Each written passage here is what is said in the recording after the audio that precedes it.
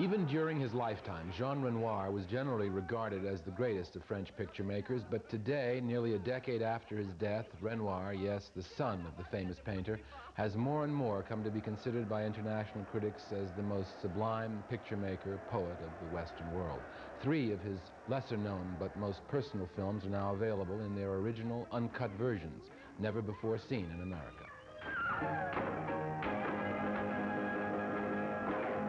In the autumn of 1937, when Renoir was 43 and his film, The Grand Illusion, was winning grand prizes and popularity from Venice to New York to Hollywood and back, the director himself was out in the French countryside shooting a sweeping yet intimate epic about the French Revolution, La Marseillaise. Flowing smoothly from the court of Louis XVI and Marie Antoinette to the crumbling nobility, to the revolutionaries, a painter, a customs clerk, a mason, a dock worker, as they're all swept along by destiny and that Rhine army song that became their anthem and came to be called, because they'd first come from the port of Marseille, La Marseillaise. Amour sacré de la patrie, conduit soutien à nos braves vengeurs. It's among the most authentic, documentary-like of historical films, all the scenes and dialogue based on real incidents and people, and was originally financed by subscription. People paid 2 francs on deposit for their ticket.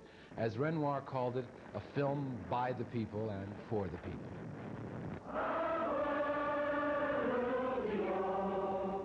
By 1956, that's 18 years later, Renoir's work had moved in quite another direction. As he wrote in his autobiography, after being fanatically devoted to natural settings, I became a worshiper of the artificial, because, he went on, inner truth is often concealed behind a purely artificial environment.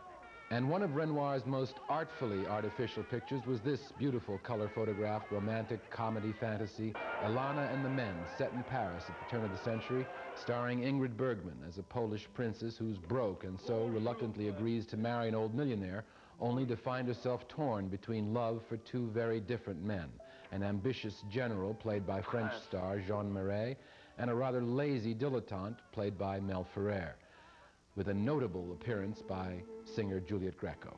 Ô nuit, je te fais le serment. Ô nuit, d'oublier mon amant. In an interview in the 50s, Renoir said that before World War II, his way of participating in the universe was to try to bring a voice of protest. But by the mid-50s, when Renoir was in his early 60s, he felt that the only thing I can bring to this illogical, irresponsible, and cruel universe is my love. And nowhere is this warm, compassionate love more apparent than in Renoir's 1955 romantic comedy musical called French Can-Can, starring the greatest of French film stars, Jean Gabin, as an 1880s showman based on the life of Ziegler, the man who founded the famous nightclub, the Moulin Rouge, and brought back the Can-Can. Maria Felix plays the Spanish belly dancer involved romantically with Gabin, who also becomes involved with the young laundress dancer played by Françoise Arnoux, with whom 2 other men are in love, a volatile young worker and a foreign prince. The legendary singer Edith Piaf makes a brief cameo appearance.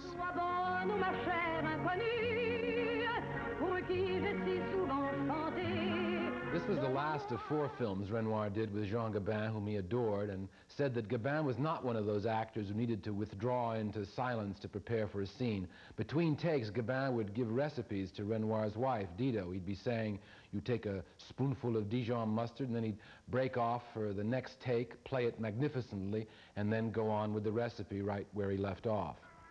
With all the beauty of his father's paintings and that vanished impressionist world, Renoir creates a vibrant, rousing, yet very touching and poetic film, as Renoir called it, an act of homage to our calling, by which I mean show business.